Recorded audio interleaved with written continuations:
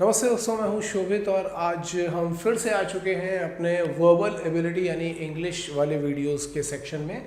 और आज मैं फिर से कुछ वर्ड्स डिस्कस करने वाला हूं। मैंने आपको लास्ट टाइम जो बताए थे वो वर्ड्स थे फेलो पर्सन से रिलेटेड, जो आपको कहीं ऑफिस में दिखाई पड़ सकते हैं या किसी भी वर्किंग एटमॉस्फेयर में, क्लास में, कहीं पे भी दिख सकते हैं। आज हम उसी तरीके की चीज़ों को फिर से डिस्कस करेंगे। कुछ वर्ड्स हैं जिन पे मैं डिस्कशन करने वाला हूँ। सबसे पहला वाला क्या है? सबसे पहला वाला मैंने इसको कैसे प्रोनाउंस करना वो भी लिखा हुआ है, वो है डेमागॉग। डेमागॉग, इसको थोड़ा सा जोर से बोलना है।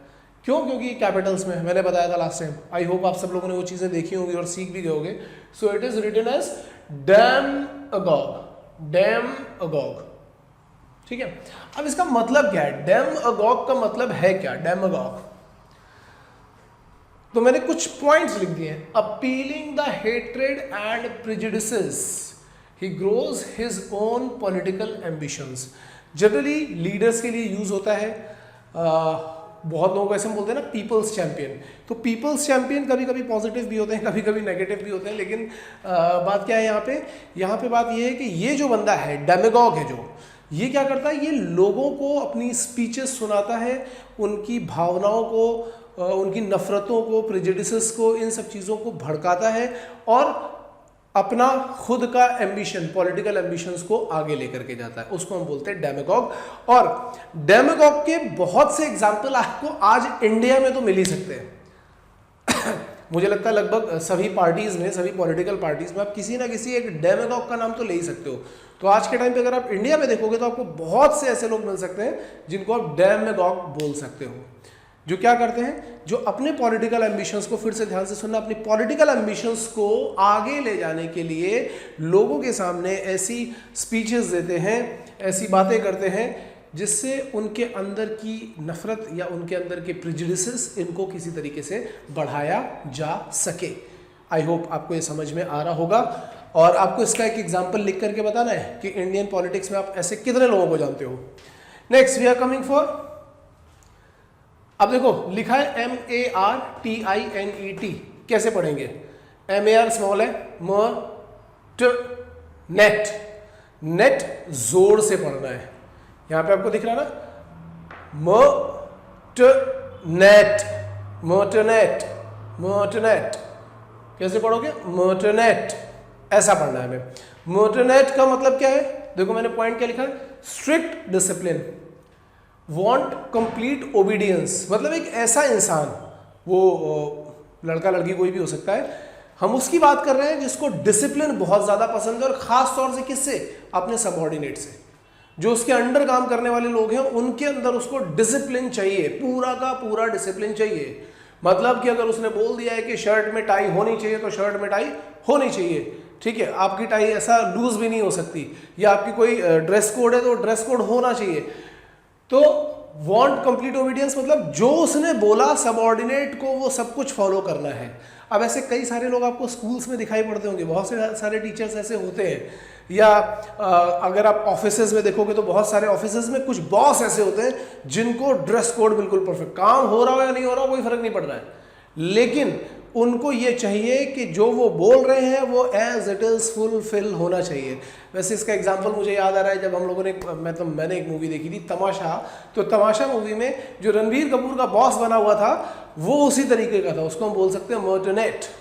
वो चाहता था कि रणबीर कपूर पूरा डिसिप्लिन में रहे, टाई होनी चाहिए, कंघी कैसी होनी चाहिए, कपड़े कैसे होने चाहिए, हर एक चीज़, और प्रेजेंटेशन कैसी होनी चाहिए, एक एक चीज़ पे उसको कंप्लीट ओबीडियंस चाहिए था।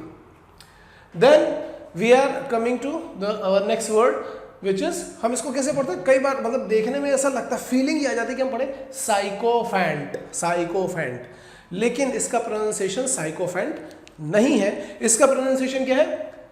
सेकफेंट, सेकफेंट, सेकफेंट, सेकफेंट। कैसे पढ़ोगे? सेकफेंट। कौन है सिकफेंट? सिकफेंट के लिए मैंने क्या लिखा है? Insincere flattery. फ्लैटरी क्या होती है? चापलूसी। आपने ऐसे लोग देखे होंगे जो मतलब बेहद चापलूस हैं, अखंड चापलूस हैं, होते हैं, स्कूल में होते हैं टीचर्स की चापलूसी करने वाले कुछ बच्चे, ऑफिस में होते हैं बॉस की चापलूसी करने वाले कुछ एम्प्लॉयज़, और वो कहीं और भी मिल सकते हैं, सोसाइटी में भी मिल सकते हैं। कुछ ऐसे लोग भी होते हैं जो देखते हैं अच्छा ये अमीर आदमी है, मुझे इसकी चापलूसी करनी चाहिए। जी हाँ, क्या इनसिंसियर, मतलब किसी भी चीज़ वो गलत भी बोल रहा है तब भी हम बोलेंगे नहीं यही सही है। क्यों? क्योंकि अमीर है। और वो किस चक्कर में रहते हैं कि अमीर आदमी जब कुछ टुकड़े फेंकने वाला हो तो इनके बारे में ज़रूर सोचे। कोई भी अमीर आदमी जब कुछ भी टुकड़े फेंकने वाला हो तो इनके बारे में ज़रूर सोचे। ये इस लेवल तक की चापलूसी करने के लिए रेडी होते हैं। तो इनको हम क्या बोलते हैं? इनको हम बोलते हैं सिकफेंट, जो बहुत ही ज़्यादा चापलूस लोग होते हैं। अब चापलूस लोग कौन होते हैं? आप किसी ऐसे इंसान को जानते हो या आपने किसी मूवी में ऐसे कैरेक्टर को देखा हो तो आप कमेंट सेक्शन में ये बात ज़रूर बताना। और आपके कमेंट सेक्शन में ये बात बताने से मुझे थोड़ा सा सपोर्ट मिलेगा, क्योंकि मुझे पता चलेगा कि हाँ यार आप इसको पढ़ रहे हो, सोच रहे हो, समझ रहे हो। ठीक है, so coming to next word. Next word क्या है? TYRO। पढ़ने में ऐसा लगता है लिखा हुआ है टायरो, हम पढ़ते भी टायरो ही हैं लेकिन TY पे ज्यादा फोकस करते हैं। टायरो कैसे? टाई भी बोल सकते हो, टाई तो थोड़ा कहीं बाहर का हो गया, तुम टाई TY टायरो, टायरो रू आरो थोड़ा धीमे बोलना है। टायरो, टायरो कौन है? टायरो इज अ बिगनर।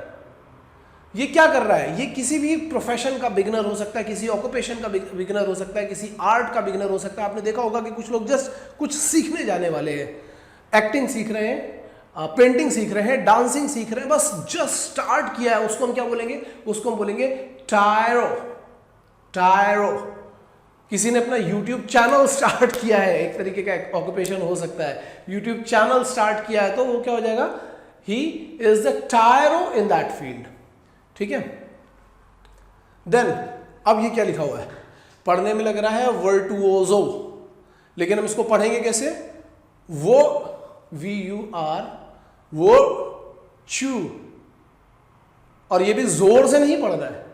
वो चू, ओ बड़ा है, ओ सो, वर्चुओजो, वर्चुओजो, वर्चुओजो। कैसे पढ़ोगे? 2-3 बार बोलो वर्चुओजो। अब वर्चुओजो कौन है? ये है एंटीथेसिस ऑफ टायरो।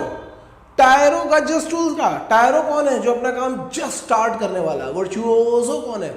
वर्चुओजो अपना काम जस्ट स्टार्ट नहीं कर रहा है, वो परफेक्शन के पास पहुंच रहा है, किसी हाइट पे पहुंच रहा है। मतलब जो बड़े बड़े पेंटर्स होते हैं, बड़े बड़े म्यूजिशियंस होते हैं, कोई भी फाइन आर्ट में जो बहुत अच्छे लेवल तक किसी एक हाइट तक पहुंच चुका होता है, जिसका अपना एक नाम होता है, जिसकी अपनी एक अपना सिग्निफिकेंस होता है कि हाँ भाई इससे पूछो, अगर आर्ट के बारे में पूछना है तो इससे पूछो। जैसे म्यूजिक के लिए अगर हम बोलेंगे तो म्यूजिक के बारे में अगर किसी से पूछना हो तो AR रहमान से पूछो, क्रिकेट के बारे में पूछना है तो सचिन तेंदुलकर से पूछो, विराट कोहली से पूछो। सो ये कौन है? They are the virtuoso of their own field.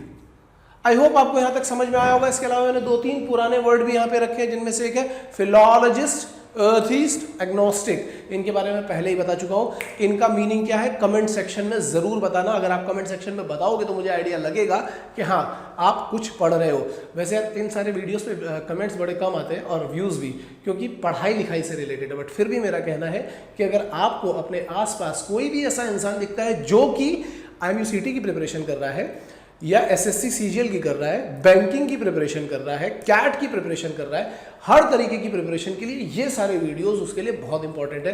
Share कर दिया करो यार, थोड़ा तुम्हारा भी फायदा हो जाएगा, थोड़ा मेरा भी हो जाएगा।